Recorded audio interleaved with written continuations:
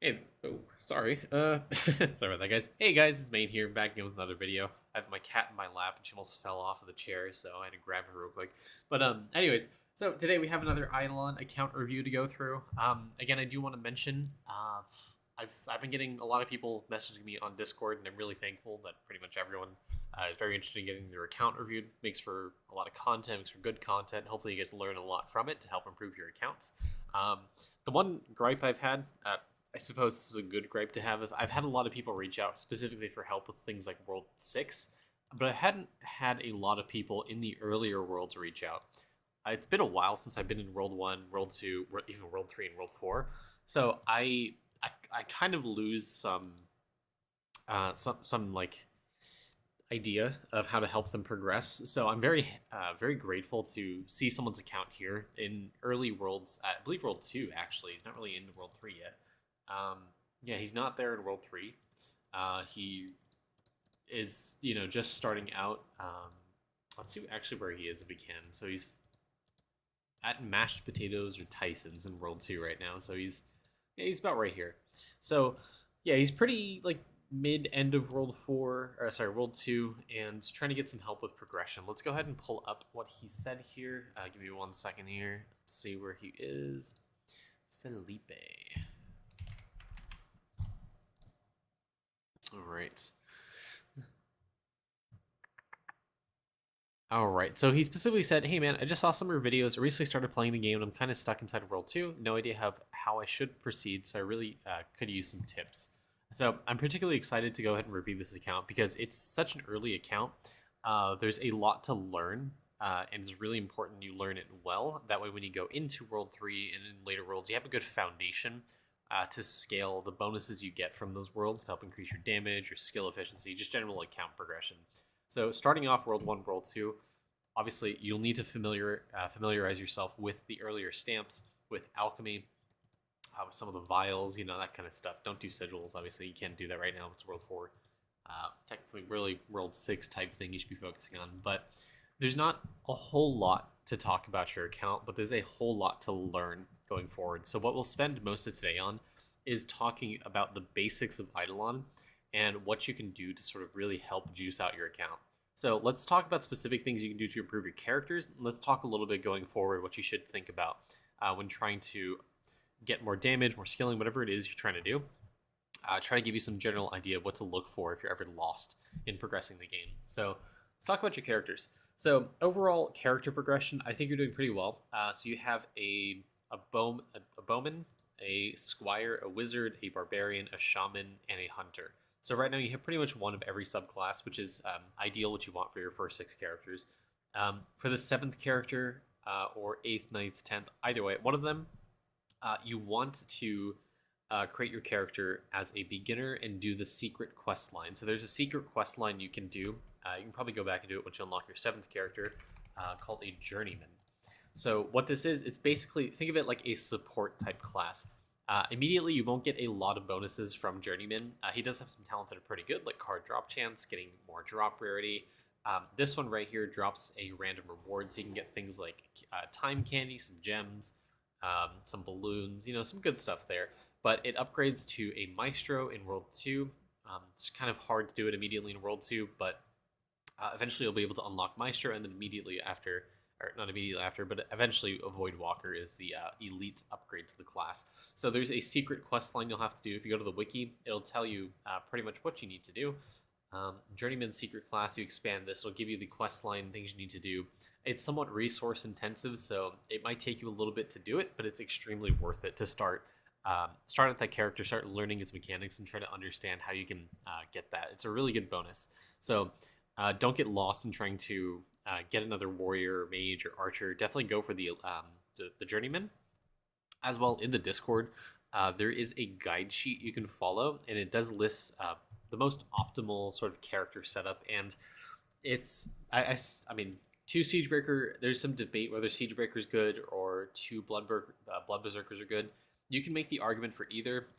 World 6 kind of diminished the argument for Blood Berserker because cooking became less important, but as a tirade for another day, you can follow this. You'll work just fine. A ton of people are using this class setup, and they're not necessarily suffering too much from it. So In the Discord, there's an Idleon guide sheet you can follow to go for the ideal class setup. These are going off of elite classes, so you can go off the wiki to see what they downgrade to. Bubo is your shaman, elemental sorcerer is your wizard, siegebreaker is your bowman, your divine knight is the squire, blood berserker is your barbarian, beastmaster is the hunter, maestro or voidwalker later is your journeyman, your beginner class. Perfect. So now we got that out of the way. You absolutely need to get that for your class, by the way. Journeyman, when it upgrades to the elite classes, are absolutely necessary for your account in late game progression. 100% you need to get them. Just get one of them. Don't get two. Just get one. Other thing I want to talk about is food. So World 2 and World 3, you're going to be a little bit into World 4 as well. You're going to be heavily reliant on food to help your account progression. So food allows you to stay alive.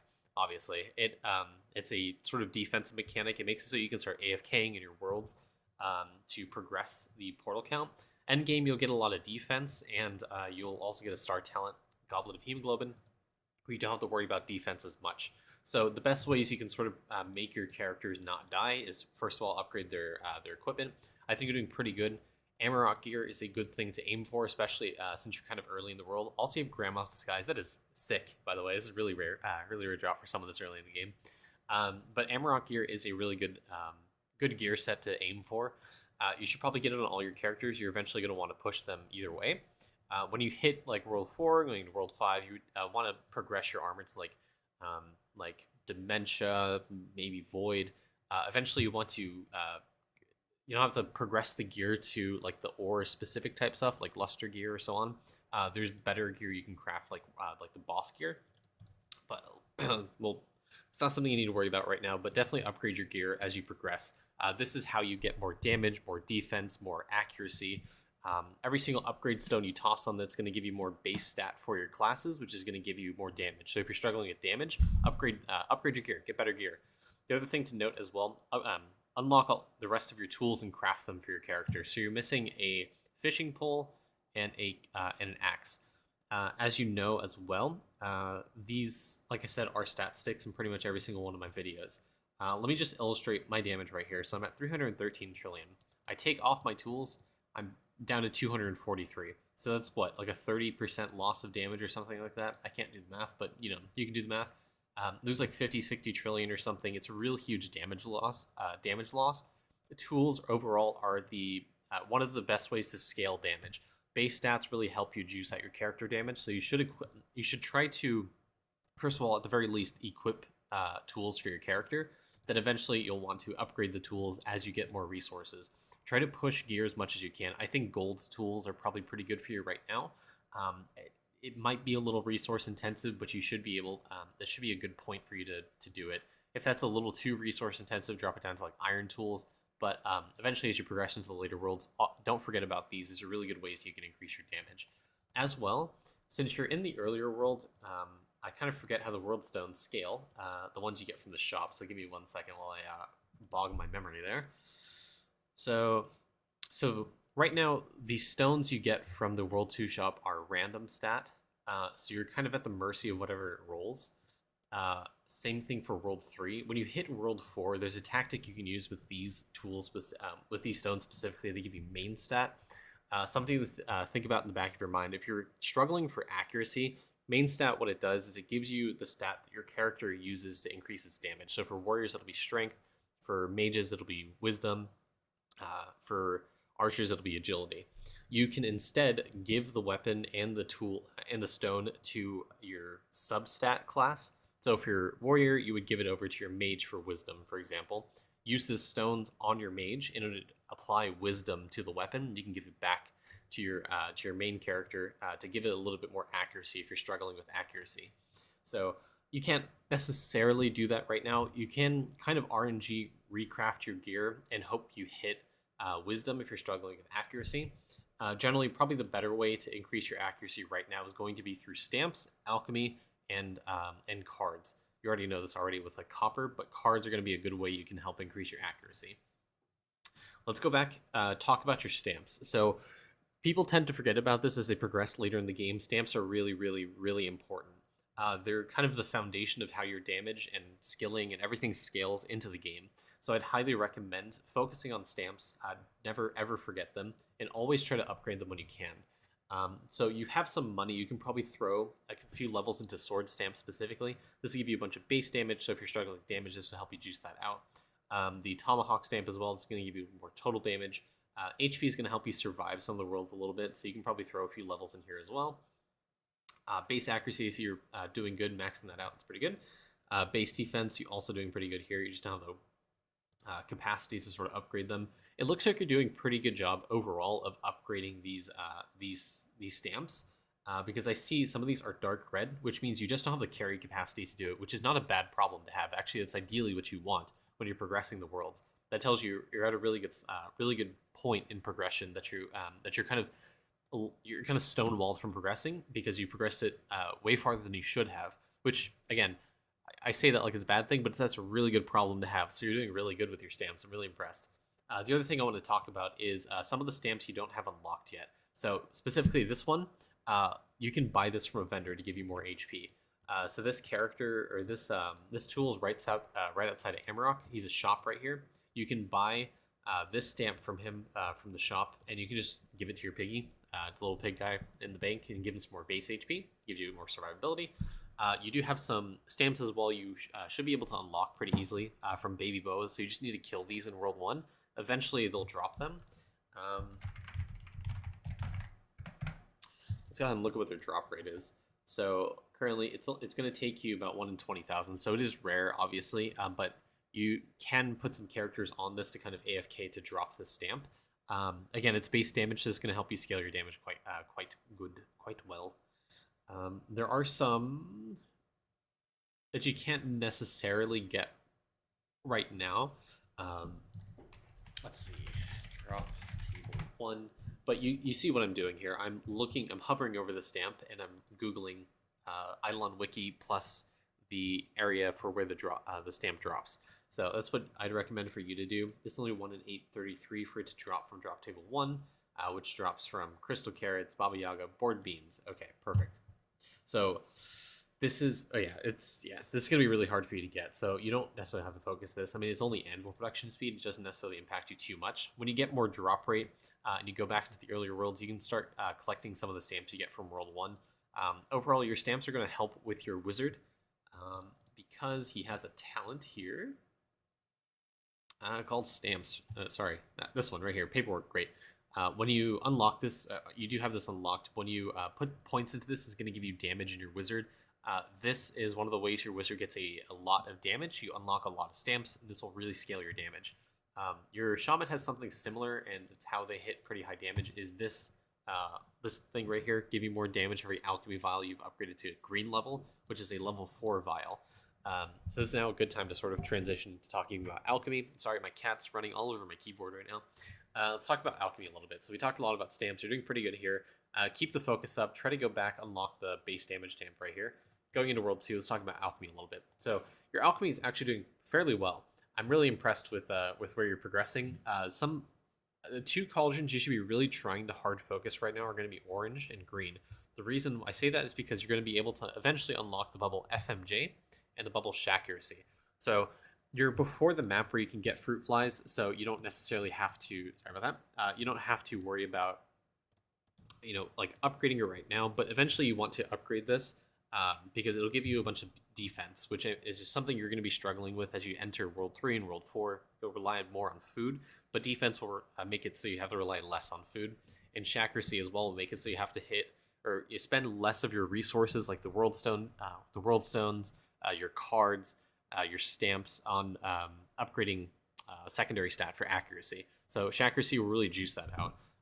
This is almost required. Well, it is required for pushing really high worlds and getting enough damage and accuracy to really push them to be able to hit the mobs. So these 2 bubbles are really, really important early game. They're like S tier bubbles. You absolutely need to rush and unlock them. If you don't know already how Shaman works, there is a talent right here called Bubble Breakthrough. So you should have 2 talent presets. You can have 1 for damage, 1 for skilling. Right now, what I'd highly recommend is maxing out this bubble, because what it does is it gives you better odds of brewing a new bubble on your character. So when you're discovering or unlocking more bubbles, you want to do it on your shaman with that talent spec'd in. It'll also give you a way higher chance to unlock a new bubble, which means you can push to FMJ and push to accuracy much faster.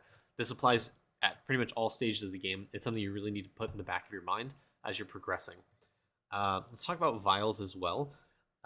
You want to try to push your Vials to level 4. I know the resource cost is kind of high for someone in World 2, but getting to level 4 is going to give you more damage on your Shaman, so you don't have to spend so much time pushing. It'll get you more damage so you can push the portals faster, yada yada yada. It's really good. Getting to level 4 will, and you spec points into that talent will give you a lot of damage. If I go over to my Bubo, my Shaman, this right now, since I have I have a lot of the Vials up to level 4. I'm getting like 634% total damage because it's a really high level as well. So, I mean, it's a really good way for you to start scaling your damage, getting Vials up and unlocking stamps for your Shaman and Wizards, respectively. Okay. Yeah, I mean, you can also go through and unlock some of the stuff. I imagine you have the resources to unlock some of these. You may be able to start killing rats to get the tails and the poops as well, just so you can progress to the rats. This will give you weapon power. Weapon power early is really good for increasing damage. Actually, on that vein, something that popped in my head is, if you're struggling for damage, these two stats, these two talents right here, really good. This is how you scale early game damage, is the Gilded Sword and Sharpened Axe. Getting more base weapon power plus boosting damage to other monsters. This is how you scale damage early game, in addition to upgrading your main stat and substat. So you're doing pretty good here. I'd expect more points into Gilded Sword and Sharpened Axe. It looks like you're doing good by increasing AFK gains. The other way you can also increase your damage. Well, let me make sure we're kind of done with Vials here. Yeah, there's one thing I want to mention here before I talk about the other thing I want to mention for World 1. Let's talk about Vial unlocking. I don't know if you're aware of this little trick right here, but all I'm doing here is clicking, pressing enter, clicking, pressing enter. Or you can also hold down on the OK button and drag over to your inventory and you'll split stacks of 1. This is just faster for me. So as you're unlocking new Vials, one trick you can do to unlock them faster is when you have enough levels in Alchemy, in the pay to win tab right here, you can buy. You can try to spend some of your money to upgrade this vial right here, get more attempts. You also want to upgrade this for more RNG, so it's higher chance of you getting a higher number to unlock it. You see how some of them have like a roll on it, and you need to roll 83 to unlock this. That will make it so you roll a few more times, so you get more chances per dropped time you do it on the cauldron. Anyways, one trick you can do to sort of brute force it is you can hold down shift and left click, and you can just go through your entire inventory and drop them. Every single one of them that you drop there is going to kind of triple stack on unlocking. You'll be able to do that multiple times and have a higher chance of unlocking the next vial to help you progress a little bit faster. So definitely do that. That's how most of the people in World 6 were able to get their vials unlocked in the first like 3 days or so, because they did that trick and they're able to brute force it kind of. So definitely a little tidbit of information you probably need. But yeah, this one specifically, like I said, for weapon power is going to be really important for you. And off that vein, off of talents, let's go ahead and talk about party dungeons. This is kind of underlooked and actually looks like you're doing a pretty good job here. So the most important thing from World 1, apart from stamps, is going to be party dungeon. This is going to help you progress a lot, get you a lot of early power in your account. The two things you really want to focus on maxing out are going to be the talent points and weapon power early. After that would be AFK gains, accuracy, defense, that kind of stuff. You can kind of split between these three. Maybe your focus should be more so on accuracy and defense to help you more smoothly progress through the world, so you die less, you can hit the mobs more. But eventually AFK gains is going to start kicking in, because this will help with your kind of AFK skilling ore gain or log gain or catching or fishing gains, as well as fighting gains, so you can help progress the portals on all of your characters at once as you start pushing. So definitely the biggest focus right now is going to be talent points. These give you talent points for every single tab, star tab included. So you're going to have only 2 right now, or rather 3. So you're going to get, right now you're getting 12, 24, 36, 48, 60 talent points in total. As you upgrade this, it'll give you more across all of your classes. So definitely something you want to focus there, because like I said, you're missing some of the talents that are giving you more damage, and you are missing some of the earlier stuff to help flesh out your account as well. Likewise, weapon power is going to be really important to help boost your character damage as well. Yeah, we're not in World 3. Okay, yeah. So I think there's actually one more thing before I do sign off for the video. Your characters, I don't know if you have the recipe unlocked yet for Rex rings, or serrated Rex rings rather, but Rex rings are something you can get in the World 1 Party Dungeon shop. These right here. These rings on their own are pretty good. You can apply upgrade stones to them. These are pretty much best in slot for the rest of the game until you can get like Emperor Opals or the Neutron rings from Dedicated Rams. But these give you all stat, but the best thing is going to be serrated Rex rings. So this recipe drops from Baba Yaga. Baba Yaga is the World 1 mini boss. He spawns every hour at this map right here. This one at the red mushrooms, which is just next to the board beans.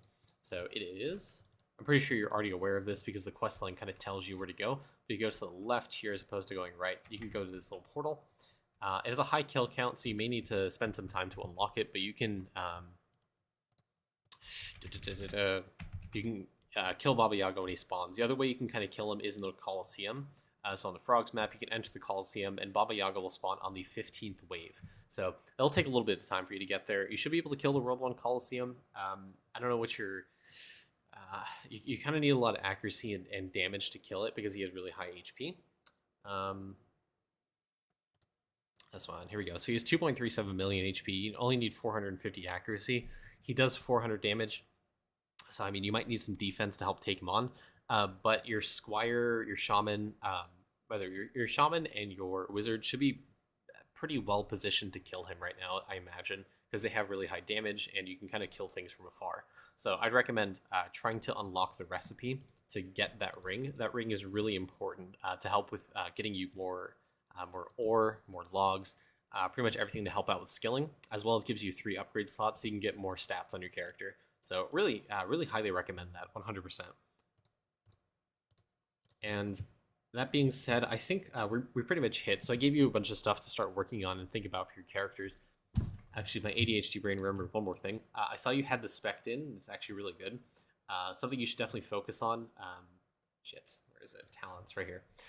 Is a Goblet of Hemoglobin. This is really good for helping your survivability. So it allows you to rely less on foods, because whenever you kill a monster, it'll heal you by a percentage of your total HP. So the more levels you put into this, the more you unlock from the merit board right here, which you get by completing tasks that give you this little green medal right here.